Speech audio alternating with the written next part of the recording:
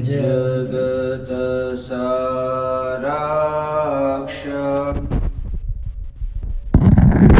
और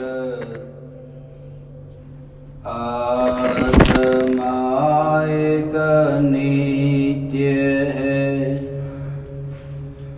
आत्मा का अनुभव बस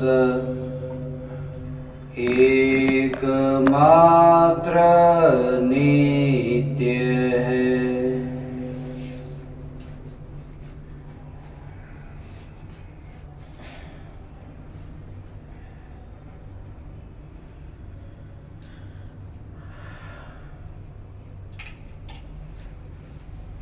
चैतन्य स्वभावी भगवान आत्मा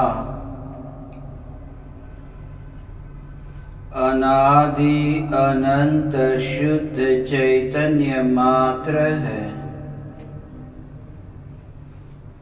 ज्ञान मात्र है। मैं शुद्ध चैतन्य मात्र, ज्ञान मात्र, भगवान आत्मा हूँ। त्रिकाल शुद्ध चैतन्य परमात्मा हूँ। अनंत गुणाधिपति, एक ज्ञायक देव हूँ। अगणित ज्ञेयों के प्रतिबिंबों से अप्रभावित ज्ञान पर्यायों में एक समय के लिए भी नहीं मिलने वाला, एक समय के लिए भी नहीं सिकुड़ने वाला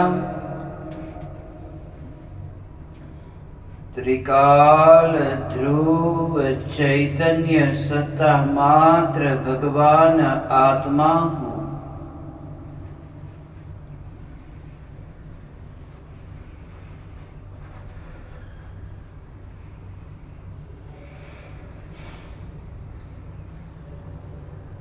मैं अनादि अनंत एक हूँ। मैं अनादि अनंत परिपूर्ण हूँ।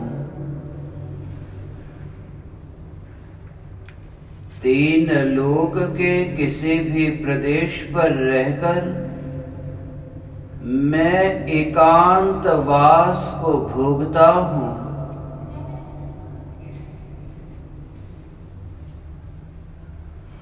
संयोग होने पर भी, संयोगी भाव होने पर भी ध्रुव चैतन्य सत्ता में संयोग और संयोगी भावों का प्रवेश नहीं। यह ध्रुव चैतन्य सत्ता ही मैं हूँ।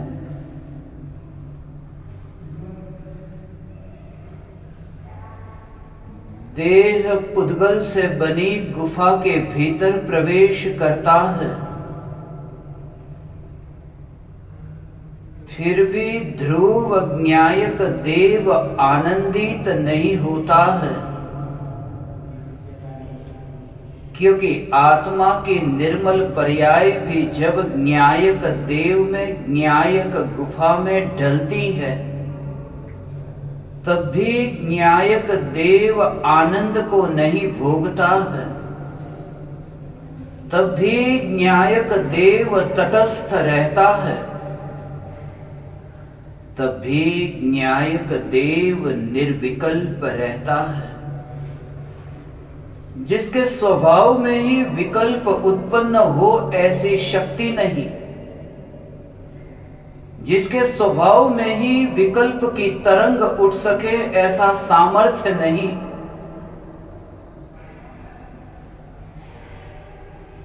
ऐसा अनाकुल, ऐसा निश्चल, ऐसा ध्रुव,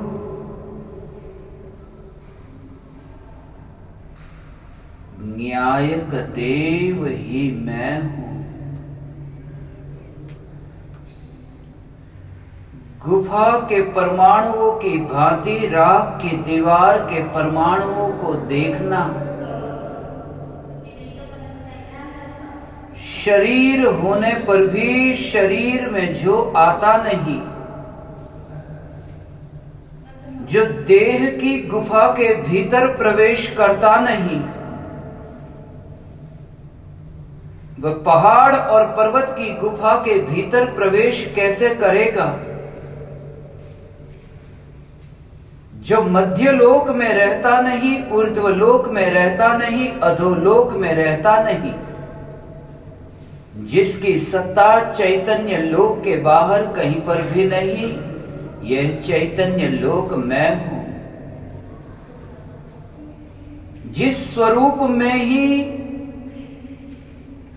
भीतर जाना और बाहर आना एक समय के लिए भी होता नहीं, जिस स्वरूप में ही नित्यता और ध्रुवता ऐसी कि नित्य ध्रुव चैतन्य सत्ता सदैव अस्पर्शी, चैतन्य परमात्मा गुफा के भीतर तो प्रवेश तब करे जब पहाड़ की यात्रा करे, मगर ध्रुव न्यायक देव जो देह के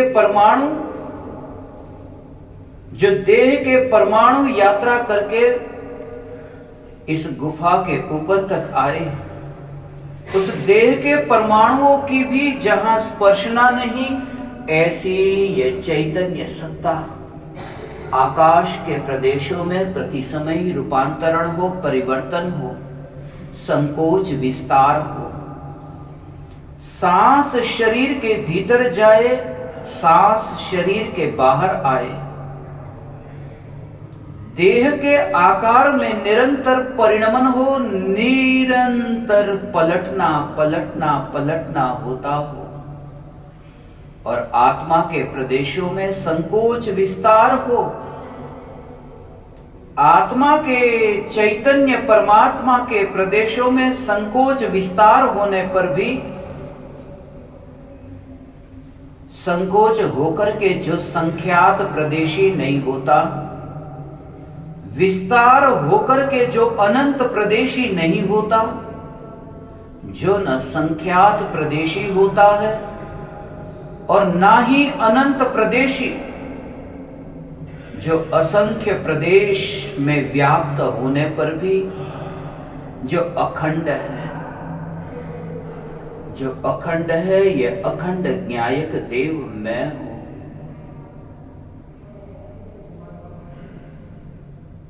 यह अखंड न्यायक देव मैं हूं।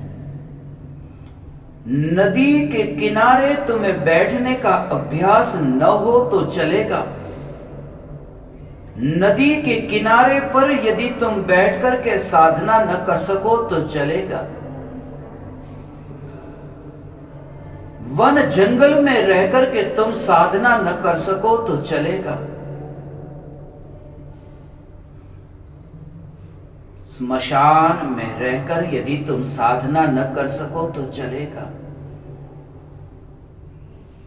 मगर ज्ञानी को जागृति कि पत्थर पर बैठ करके, गुफा में बैठ करके वह अनुभव होना, यह गुफा का अनुभव कुछ न्यारा अनुभव है। इसलिए यह गुफा का अनुभव न्यारा अनुभव है क्योंकि गुफा पर बैठा है शरीर। गुफा के भीतर पत्थर पर बैठा हो शरीर, ये शरीर का इस पत्थर पर बैठना, ये तैयारी है, ये तैयारी है। गजपंथा की यात्रा हो, अंजनगिरी की यात्रा हो, मांगी तुंगी की यात्रा हो, मगर इस गुफा की यात्रा के बिना यात्रा की पूर्णाहुति नहीं हो सकती थी, क्योंकि ये गुफा है, ये पहाड़ है, ये पत्थर है, ये शिला है, ये सिद्ध शिला है। क्योंकि साधना की पूर्णाहुति पर सिद्ध शिला पर विराजमान होना होता है। स्वयं को ही सिद्ध स्वरूप अनुभव करो कि मैं ही सिद्ध स्वरूप चैतन्य परमात्मा, सिद्ध स्वरूप चैतन्य परमात्मा, और ये सिद्ध शिला से अत्यंत दूर अस्पर्शी स्वभाव के निकट यदि अनुभव करो तो तुम अपने को इस पत्थर पर बैठा हुआ नहीं पाओगे, फासला देखोगे। जैसे सिद्ध परमात्मा और सिद्ध शिला के बीच में तुम्हें फासला दिखाई दे कि सिद्ध परमात्मा लोक के अग्रभाग पर है और उन्हें कुछ भी लेना देना नहीं, जिनका कोई भी संबंध नहीं 45 लाख योजन विस्तार वाली सिद्ध शिला के साथ। ऐसे ही मैं ध्रुव चैतन्य, ये ध्रुव चैतन्य जो देह के परमाणु में हो ही नहीं। इसलिए इस बात को दृढ़ श्रद्धा में लेना कि इस बात को दृढ़ श्रद्धा में लेना कि देह में आना हुआ जाना हुआ वह किसका स्वरूप स्वरूप स्वरूप को दृष्टि में लो तो तुम पाओगे कि चैतन्य पना देह में गया नहीं, वरना देह जीवंत होता, देह चैतन्यमय होता। मगर मुर्दा सदैव मुर्दा रहता है, देह सदैव जड़ रहता है, जड़ से चेतन रूप नहीं हो सकता। क्योंकि स्वभाव यदि पलट जाए तो चेतन जड़ हो जाए, जड़ चेतन हो जाए तो विश्व की व्यवस्था ही न रहे, जगत का नाश हो जाए। मगर यह जगत अनादि अनंत है। मैं चैतन्य परमात्मा सिद्ध शिला पर नहीं हूं, मैं सिद्ध शिला पर वास नहीं करता, क्योंकि जिस प्रदेश पर सिद्ध परमात्मा है उसी प्रदेश पर अनंत सिद्ध परमात्मा, भूतकाल में हुए अनंत सिद्ध परमात्मा सिद्ध शिला पर है। और आकाश के उन्हीं प्रदेशों पर, जिस प्रदेश पर एक सिद्ध परमात्मा उसी स्पेस पर दूसरे सिद्ध परमात्मा, तीसरे सिद्ध परमात्मा, ऐसे अनंत सिद्ध परमात्मा, मगर मिलते नहीं है। 100 दीपक की ज्योति मिलकर के एक नहीं हो जाती। जब 100 दीपक की ज्योति मिली हुई देखे तब भी देखना कि प्रत्येक ज्योति स्वतंत्र है, क्योंकि एक दिए को बुझाओ की ज्योति कम होगी, दूसरे दिए को बुझाओ की ज्योति कम होगी। वो ये बताती है कि पहली ज्योति जो थी वो 99 में नहीं मिली थी, मिल गई होती तो सब बुझ जाता, मगर उतना ही प्रकाश मिटा। वो प्रकाश मिला हुआ दिखता है मगर मिलता नहीं है। प्रत्येक प्रकाश स्वतंत्र है, प्रत्येक ज्योति का प्रकाश स्वतंत्र है। ये चैतन्य ज्योति ऐसी ही स्वतंत्र है। लोक के अग्रभाग पर हो अनंत सिद्ध, अनंत सिद्ध के संग भी मैं रहता हूं असंग, और उसी का अभ्यास यहां होता है। अनंत सिद्धों के संग में असंग रहने का अभ्यास। वहां पर भी अनंत है, यहां पर भी अनंत है। वहां पर भी अनंत का वास है मगर अनंत में मिलन नहीं। यहां पर भी अनंत का वास है मगर अनंत में मिलन नहीं। सिर्फ अंतर इतना है कि वहां जो अनंत है वे भविष्य में अनंत काल तक रहेंगे संग में, और यहां जो अनंत है वह भूतकाल में अनादि काल से थे संग में। वहां जो अनंत है वह अनंत सिद्ध है, और यहां जो अनंत है, अनंत परमाणु का पिंड ये शरीर है जो अनादि से है। अनंत के संग रहने की आदत तो अनादि से है, अनंत परमाणु के पिंड के संग में रहने की आदत अनादि से है। पहले परमाणुओं की अनंतता के संग में रहता था और अलिप्त रहता था, अब अनंत सिद्धों के संग में रहता है और अलिप्त रहता है। और ये जो असंगपना, संसार से लेकर के मोक्ष तक की वह ध्रुवता, उस ध्रुवता में एकत्व व स्पर्शना, यह चैतन्य की स्पर्शना है। अनंत के संग में रह करके भी असंग, अनंत के संग असंग, यह न्यायक देव मैं हूं। सिद्धशिला पर वास करते हुए भी सिद्धशिला से दूर हूं। मैं न्यायक देव सिद्धशिला पर नहीं हूं। प्रति समय यह जागृति,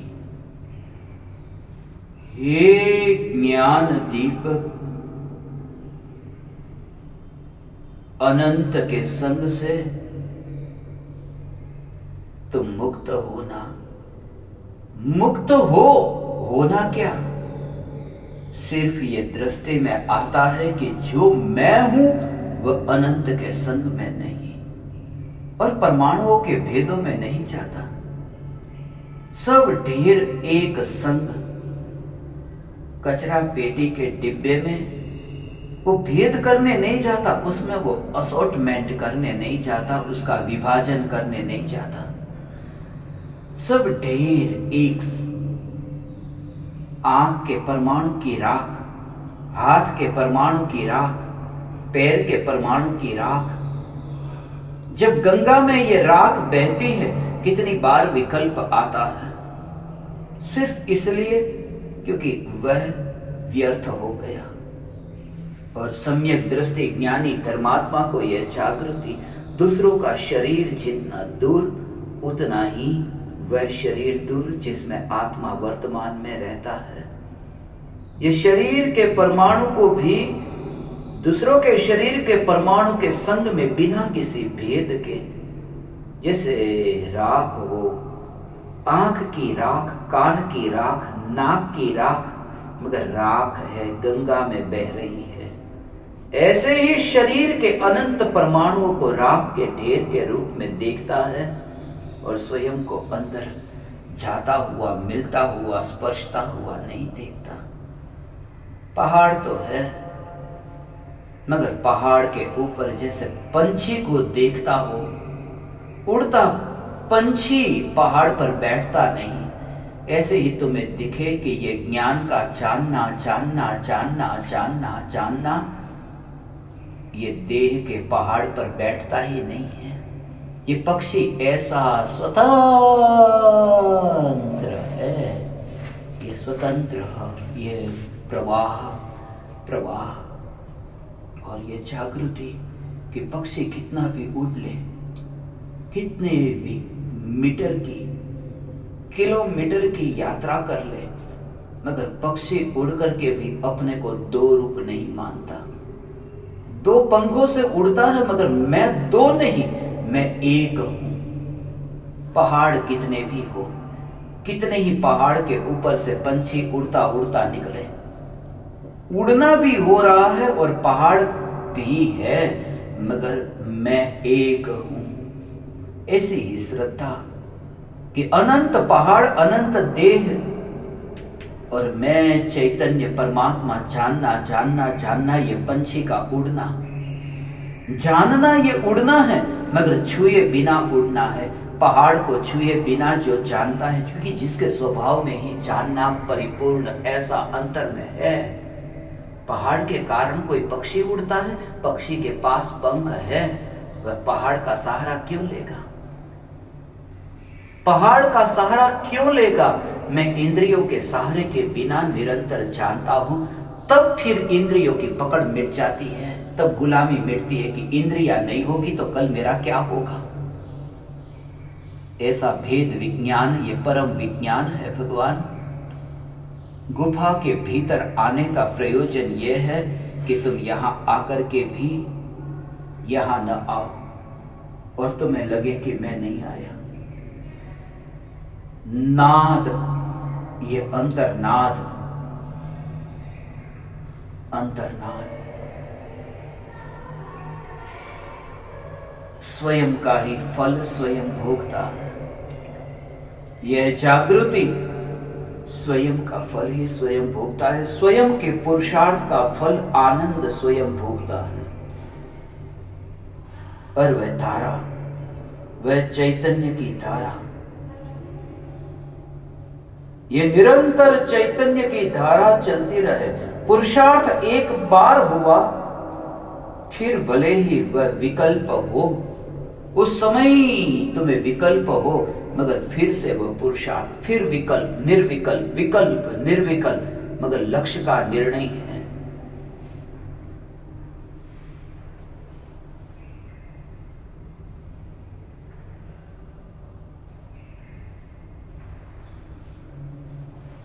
मैं चैतन्य सत्ता मात्र भगवान आत्मा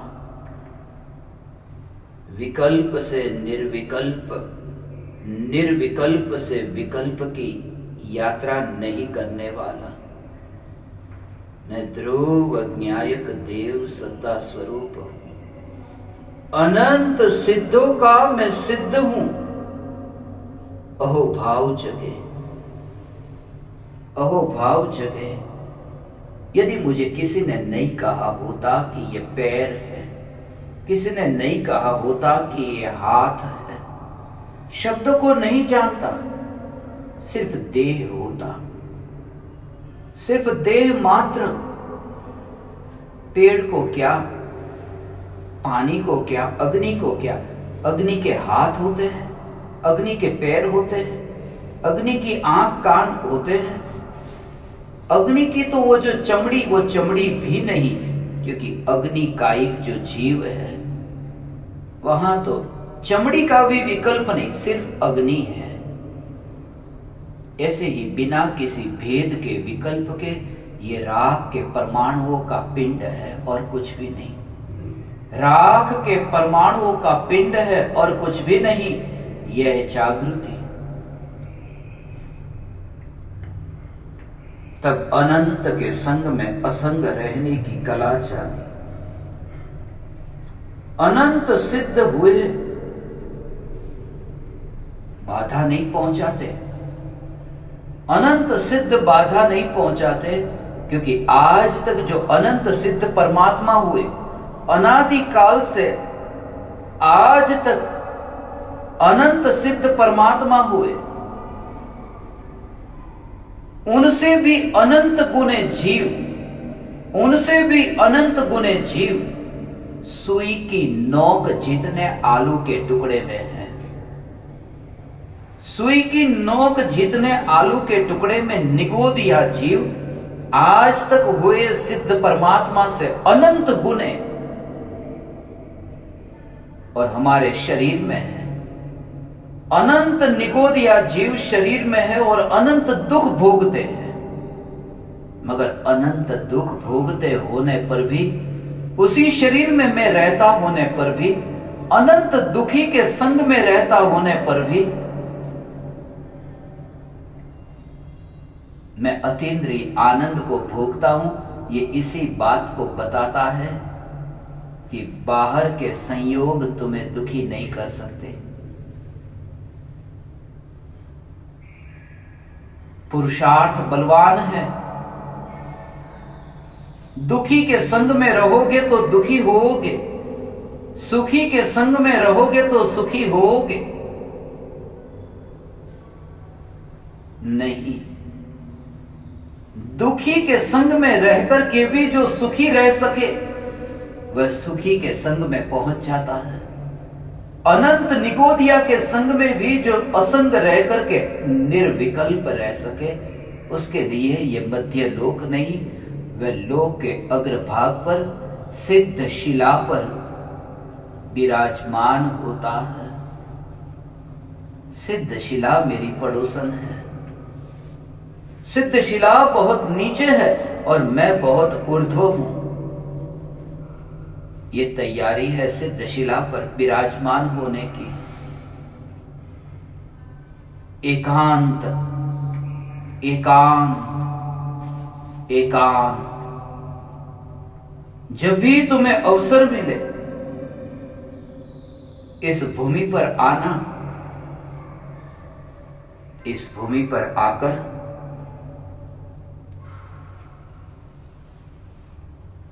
एकांत का अनुभव हो और ऐसी दृढ़ता हो कि कोई पराया मेरे साथ है ही नहीं। मैं एक हूं। भीड़ में रह करके भी मैं एक हूं, क्योंकि भीड़ बाहर की ओर देखने से खड़ी होती है। यदि खुली आंख में भी भीतर की ओर देखा हो तो एकांत का अनुभव होगा। गैर हाजिर अनुभव करोगे कि हो ही नहीं। जहां मैं हूं वहां चैतन्य का विस्तार है भगवान।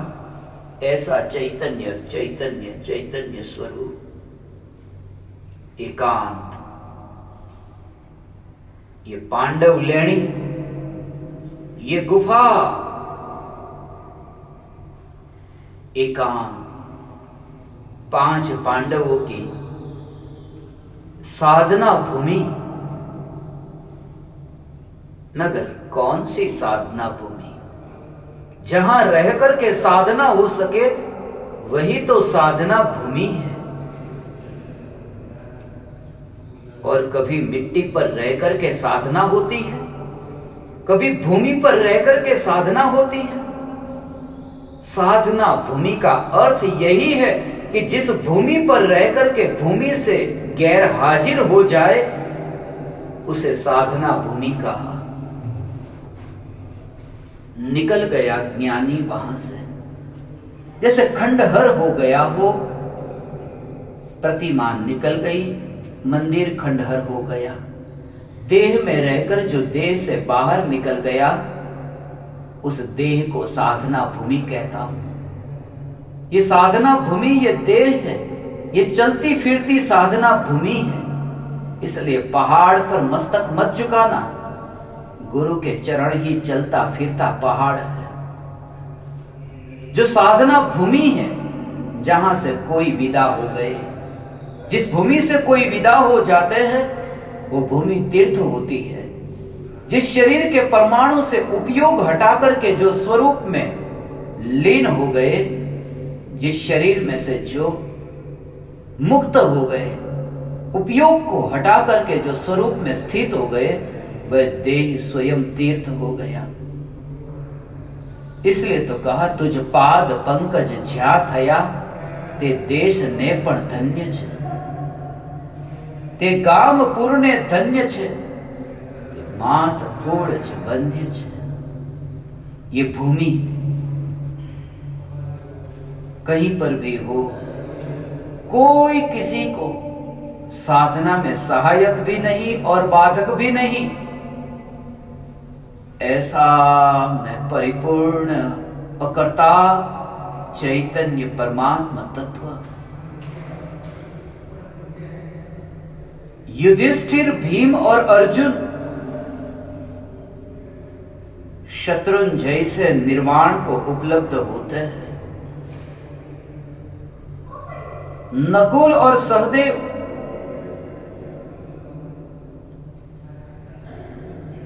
सर्वार्थ सिद्धि के देव होते हैं।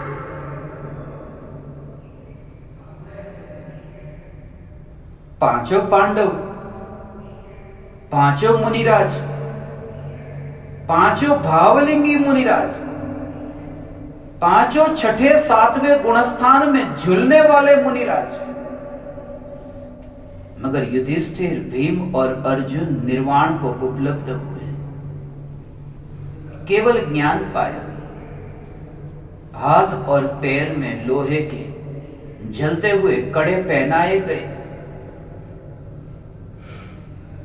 उपसर्ग हुआ, मगर उपसर्ग विजयी हुए, उपसर्ग केवली हुए। जैसे पार्श्वनाथ भगवान कमठ द्वारा होता था उपसर्ग, उस समय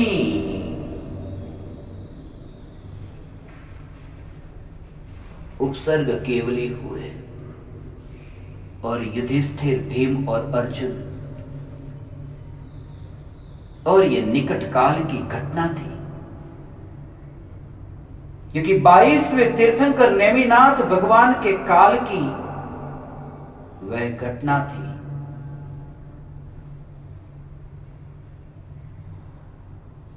पांच पांडव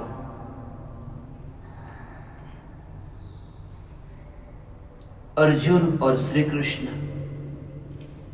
कृष्ण और नेमिनाथ, ये सब साथ में हुए। सुना है श्री कृष्ण ने अर्जुन का रथ चलाया था। सुना है श्री कृष्ण के चचेरे भाई नेमिनाथ थे। नेमिनाथ 22वें तीर्थंकर, 5 पांडव 22वें तीर्थंकर के काल में हुए,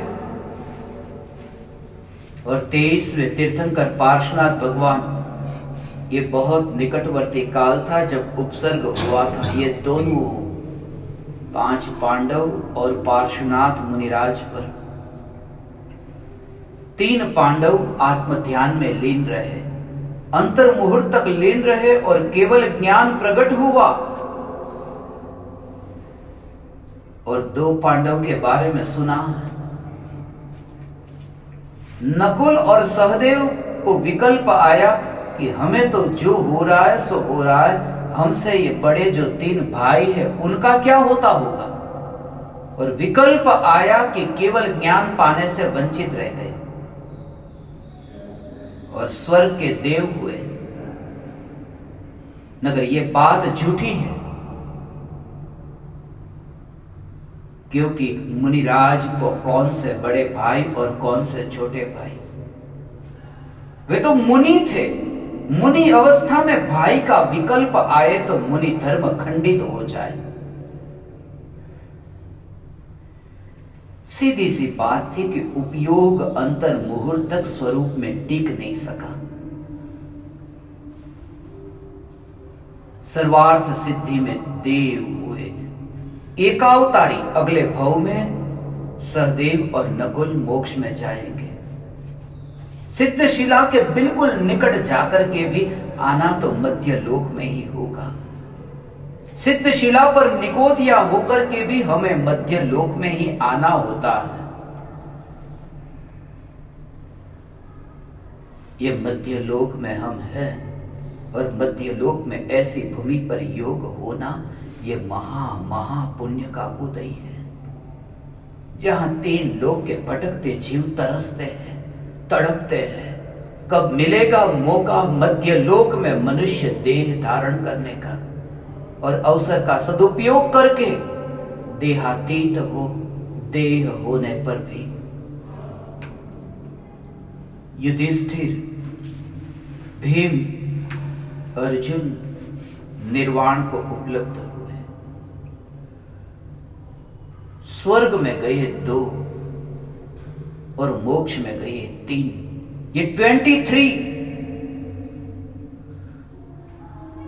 ये 23 का अंक जो है, सहदेव, नकुल, 33 सागरोपम वर्ष का आयुष्य है। स्वर्ग में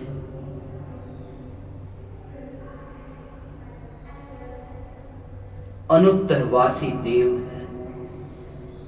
33 सागरोपम वर्ष का आयुष्य, और सदा चैतन्य चैतन्य चैतन्य की ही चर्चा, सत्संग ही होता है। और जो भी जीव सर्वार्थ सिद्धि का देव, वो अगले भव में निर्वाण को पाता है। एकावतारी 33 सागरोपम वर्षों तक चैतन्य की ही चर्चा, तत्व चर्चा चलती है। और विशेषता ये कि जिस विषय पर एक बार चर्चा हो गई हो, उस विषय का रिपीटेशन नहीं होता, पुनरावर्तन नहीं होता। हर बार नया नया नया नया, ऐसा ये चैतन्य स्वरूप। फिर भी अंत में यह कहकर के देह छूटता है कि जिसे वाणी में नहीं कह सके, ये चैतन्य परमात्मा तत्व, ये ज्ञायक देव मैं हूं। ऐसा ज्ञायक देव का अहोभाव, ये यात्रा की पूर्णता, ये पूर्णता।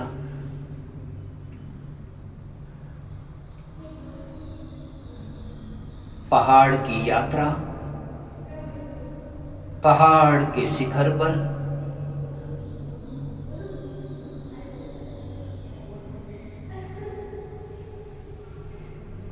स्मशान में जलती चिता के निकट बैठना। कभी तुमने सपने में भी न सोचा हो, एक छोटा सा गांव,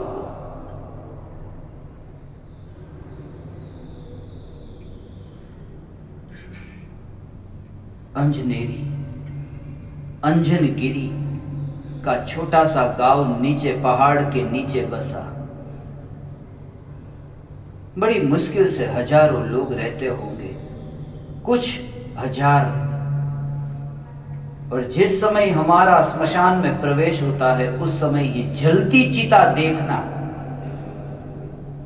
that was the indication for you. That was the indication for you. उस गुफा के भीतर प्रवेश करना। हजारों लोग हैं, मगर तुम्हारा ही उस गुफा के भीतर प्रवेश करना, और ताले खुल करके अंदर, दरवाजे पर ताले लगे हो मगर तुम ताले खुलवा करके भी अंदर प्रवेश करो, और वहां तुम्हें कोई पकड़ ले। उसके पीछे भी परमात्मा की साधना ही एकमात्र कारण। मत जाओ तुम इतने जल्दी इस पावन भूमि से, काश इस निमित्त से भी तुम पहाड़ पर थोड़े और रह सको। That was the indication for you. पहाड़ पर तुम थोड़ा और रह सको। मांगी तुंगी के शिखर पर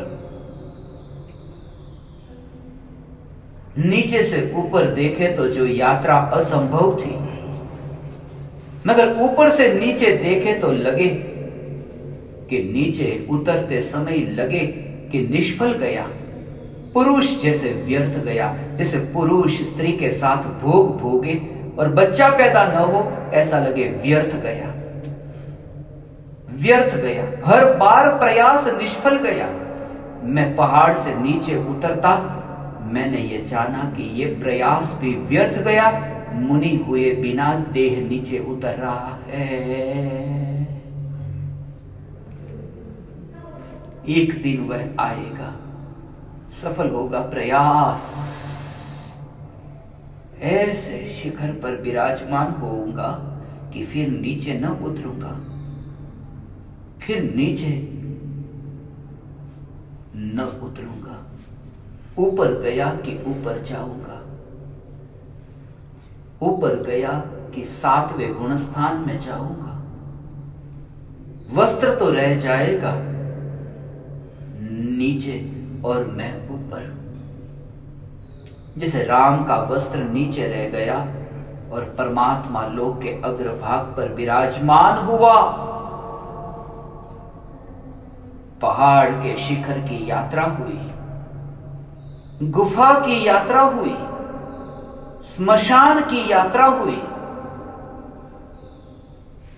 और गोदावरी नदी के किनारे पर वह भी सहज योग, कहो तो इत्तफाक, वरना बहती नदी के दर्शन जिसका कभी नाम भी न सुना हो, गली गली में ढूंढते हुए भी बहते प्रवाह तक पहुंच जाना।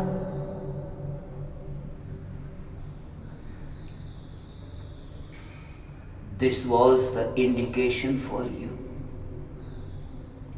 कि बहते प्रवाह में तुम रहो।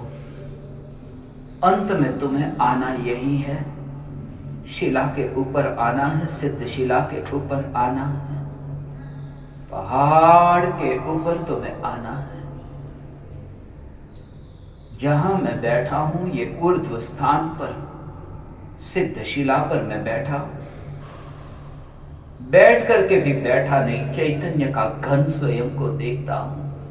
आंखों के आकार में, कान के आकार में जो विभाजित नहीं होता, जो आंख के आकार में विभाजित नहीं होता, कान के आकार में जो विभाजित नहीं होता, इंद्रियों के कारण जो खंडित नहीं होता, नल के कारण जो पानी खंडित नहीं होता, ऐसा पानी मात्र, ऐसा चैतन्य मात्र। और पाए कि नल के बाहर जाता कहां है पानी। 5 नल है मगर जाता कहां है, 5 इंद्रियां है मगर ज्ञान फैलता कहां है। क्योंकि मैं सदैव यही अनुभव करता हूं कि ज्ञान की सत्ता है। गई होती तो यहां अनुभव में आ रहा ये कौन है, यही तो मैं हूं। और अनादि अनंत ये ध्रुवता, ये चैतन्य चैतन्य चैतन्य की ध्रुवता भगवान, ऐसी चैतन्य की ध्रुवता का तुम्हें अनुभव हो, तुम निश्चित और निराकुलता को उपलब्ध हो।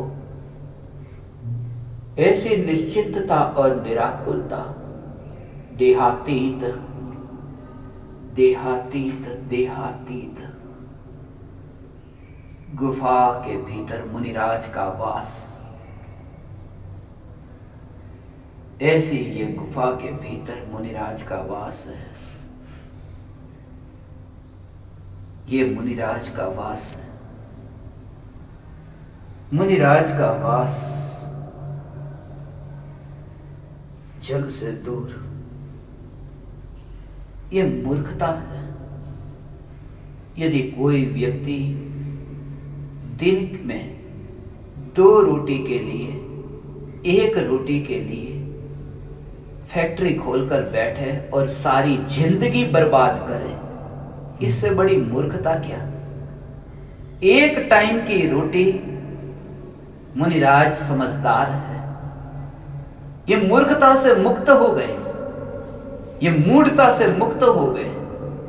समझदारी इसमें है कि मनुष्य जीवन 2 रोटी पेट में डालने के लिए व्यर्थ में गंवाना ठीक नहीं। इसलिए तो निर्ग्रंथ हुए। समझदार व्यक्ति, बनिया समझदार नहीं है, बुद्धिमान है। और बुद्धि बाहर से आती है, समझ भीतर से आती है। बुद्धि का आदान प्रदान होता है, समझ की लेन देन नहीं होती। बुद्धि ज्ञानावरणी कर्म का क्षयोपशम है और समझ है मिथ्यात्व का अभाव, मोह का अभाव, निर्मोही दशा। तत्व विचार के बल पर हे ज्ञान दीपक, तुम इस दशा को उपलब्ध हो कि तुम एकांत में यहां वास करो। तुम्हारा भी यहां पर एकांत में आना हो, तुम भी यहां आकर के चैतन्य की मस्ती में नाचो, झूमो।